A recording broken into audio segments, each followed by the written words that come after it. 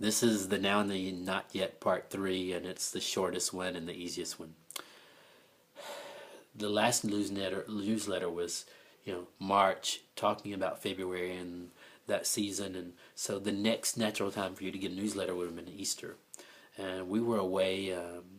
The staff was actually on a retreat offered as a mission trip that came here from the States for us right before Easter, and so that was kind of a busy time juggling that. And then we had Easter, which was lots of logistics, and so I said, okay, I'll do it right after Easter. Well, we had a youth retreat, and it was raining, and we were playing a game like baseball with the tennis ball, and I was on my second grand slam, and I dropped the bat after I hit the grand slam and knew it was out of the park, and got ready to run, and it's drizzling, but not enough to really stop you from doing anything outside. God really blessed that trip. And I go to run, and I didn't roll my ankle, but in trying to push off, something didn't do something right, and I'm not 25 anymore. And I try to walk it off like all guys do. And I have a pretty good rule now. If I have a symptom and I know 24 hours later it's not better, I'm going to get it checked out, because diabetics heal slower, and just not take chances, because you guys have put a lot into me being here, and for me to do something stupid and feed our big important issue with diabetics, I didn't want to have some issue that could become larger than that. So I went, and it was a really bad sprain. So the first doctor looked at the x-ray and didn't mention the possible tearing of a little piece of ligament off a bone off a ligament. So she just put a hard back on, wrapped it, and said you can walk on it. 2 weeks later, the next doctor said no, you should have had a cast on. So I got a cast on, so I was in a cast for 4 weeks. So I kept wanting to be able to give you good news, so I waited a month, end of May, trying to see what that was going to be like, how much I was going to be healed, was there going to be good news, bad news. Got the cast off, and they sent me to physical therapy, and I'm a convert. I'm convinced physical therapy is awesome, because they really said having a cast on for so long is sometimes a disability, because you're immobile and you're not working that, and you lose all your muscle tone, and in losing muscle tone, then you've got to re-strengthen everything while you're trying to re-strengthen the stuff that was damaged. But they teach you how to do it the safe way, and my goodness, I know it would have taken me so much longer, because I'm almost back. I'm 95%, and I'll tell you later why I'm not at 100. So I did about another month of physical therapy, and then we realized I still can't flex all the way this direction, or like stand on your tiptoes that direction. Otherwise, it's fine. It's just there's literally a blockage. So I've been twice to a chiropractor, and he said I'm pretty much done, that now I just need to keep stretching. But something was kind of dislocated. It's hard to translate words in French. But there's still something going on, so you can pray for my ankle. I can run again, everybody has said now, because I hadn't been running. And yet, God bless me, I've lost weight.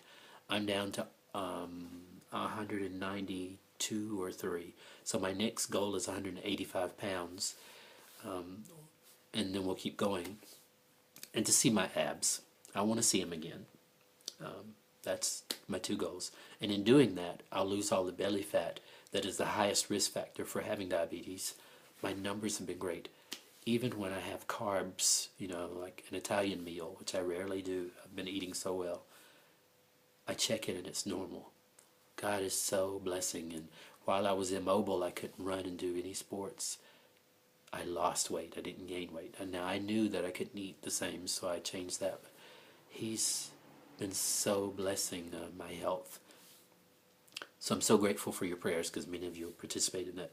But every week I was like, well, I want to be able to tell them where I am, and I want it to be good news and not that, I don't know what's going on with my ankle. So right now we're pretty much healed, and we just got to keep stretching it and working. And I think it's going to be okay.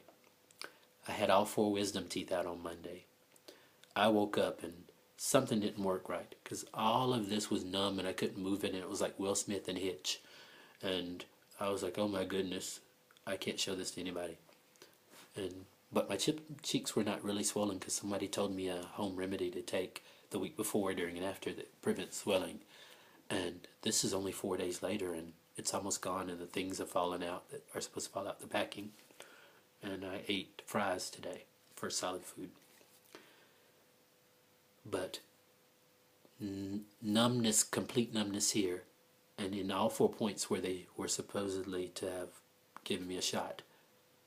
Pain on a scale of 10, 1 to 10, it was a 10. I was afraid to leave the hospital because I thought, if that's with the numbing, and they're only going to give me hydrocodone, something like that, that's less effective at home, I don't think I can support more pain. And I've had other pain, things broken, I've had a colonoscopy, which for men, that's a whole different pain. I'm not a stranger to pain, and usually my response is endure it now and try to figure out how to make it better. And I couldn't see a way out, and I cried. And they gave me something. They said, you can't take this now because you've already had something. You can take it later tonight, and then you get your prescriptions tomorrow. So I was like, I can't take it now. I've got to save it for middle of the night. And the doctor has now acknowledged they should have given me something then because somehow I was resistant. But as soon as I took that medicine, I was fine that night and have been since. The pain medicines have worked well, and I'm so healing. I have one more procedure tomorrow. All of these things, thankfully, are covered. The first $1,000 I had to pay myself, but then everything else is covered. So between wisdom teeth, and I have a lipome, that's essentially a fat pocket about the size of a tangerine, right on the front of your hip bone. So in front of the bone, it's not attached to anything, but when I was fatter and my belly was bigger, you could never see it because my clothes hid it, and I haven't tucked my shirt in for a long time, or if I do, I have a suit coat on. And now I'm in a 34 gene, and that fat pocket is big enough that you can't hide it. And I'm just going to be honest, when you sit down and you have something like that, it doesn't look right. And so I'm having it removed. And you know, it's summer and you go to the beach, and I could never take my shirt off and have on swim trunks because that would just be weird. So I'm having it removed tomorrow as well.